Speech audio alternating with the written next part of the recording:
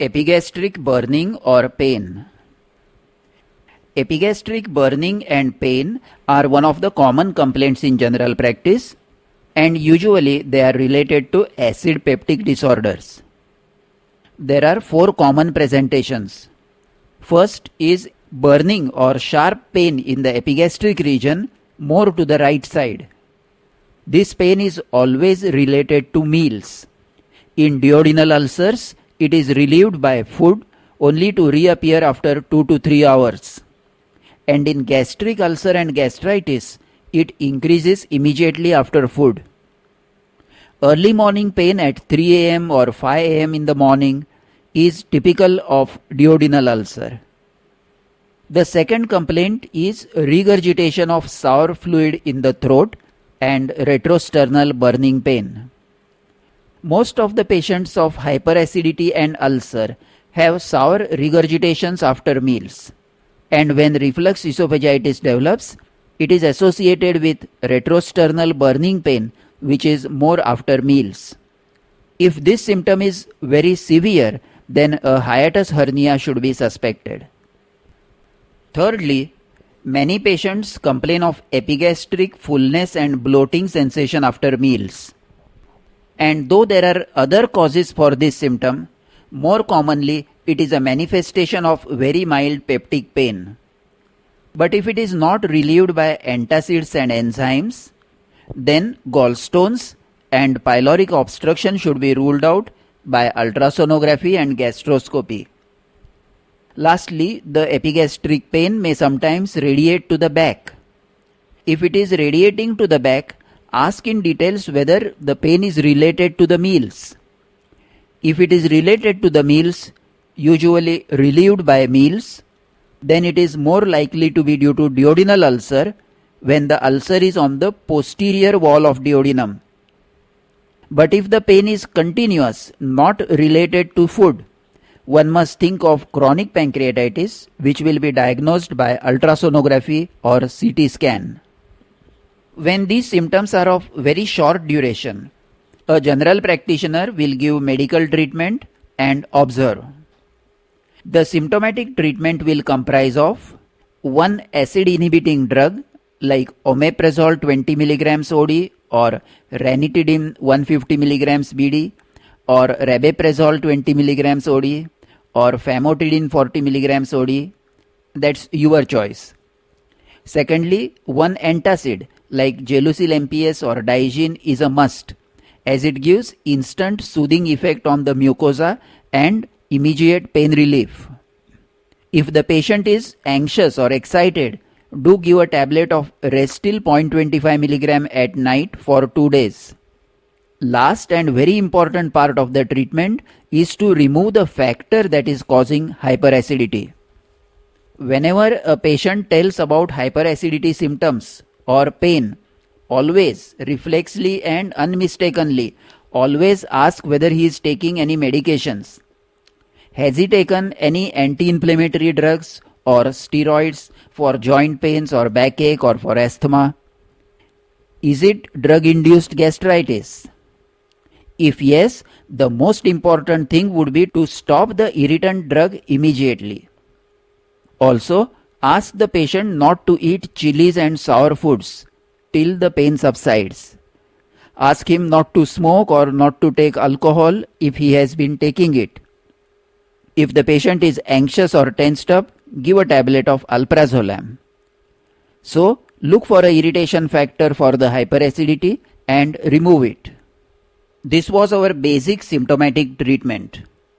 If the symptoms do not subside within a few days of treatment, or if they keep recurring after stopping the treatment, or if they are very severe, that is severe pain or severe regurgitation and vomiting, then the patient needs to be investigated by asking for a gastroscopy, that is upper GI endoscopy, and ultrasonography.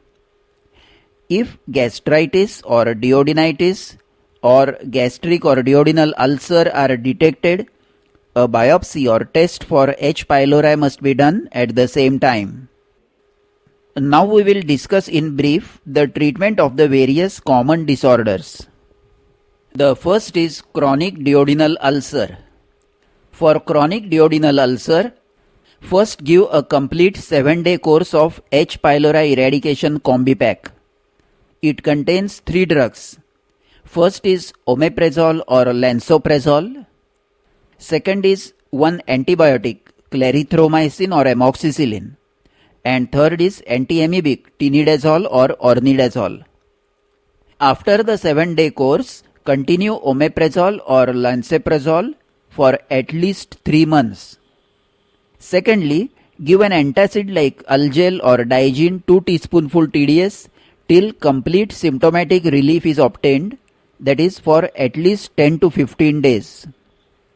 In the acute phase, you should also give a tranquilizer like alprazolam 0.25 mg HS, not for sleep but for removing anxiety, an important hidden factor for the occurrence of the ulcer.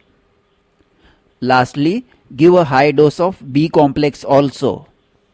Apart from the drug treatment, advise a bland diet, no chilies, no sour foods, more of cold milk.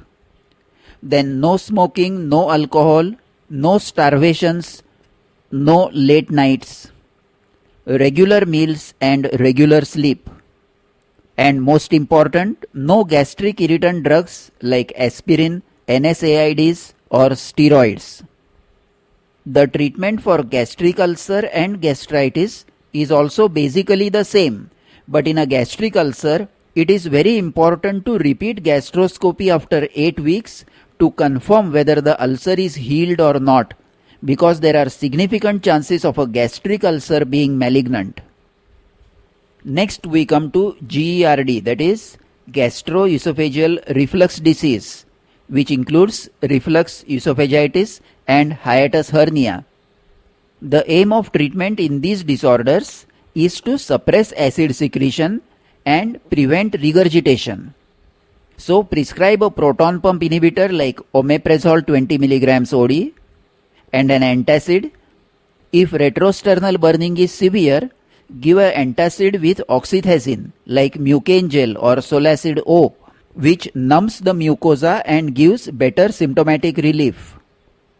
To regularize the esophageal mobility, give etopride like tabganatone 50 mg TDS.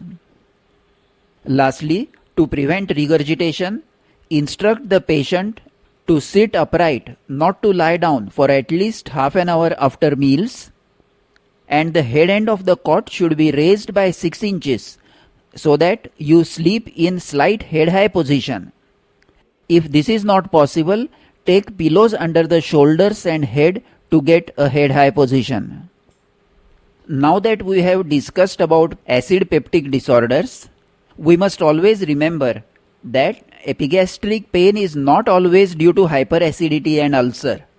Few other conditions should also be kept in mind when the symptoms are different or when the response to antacid treatment is not satisfactory.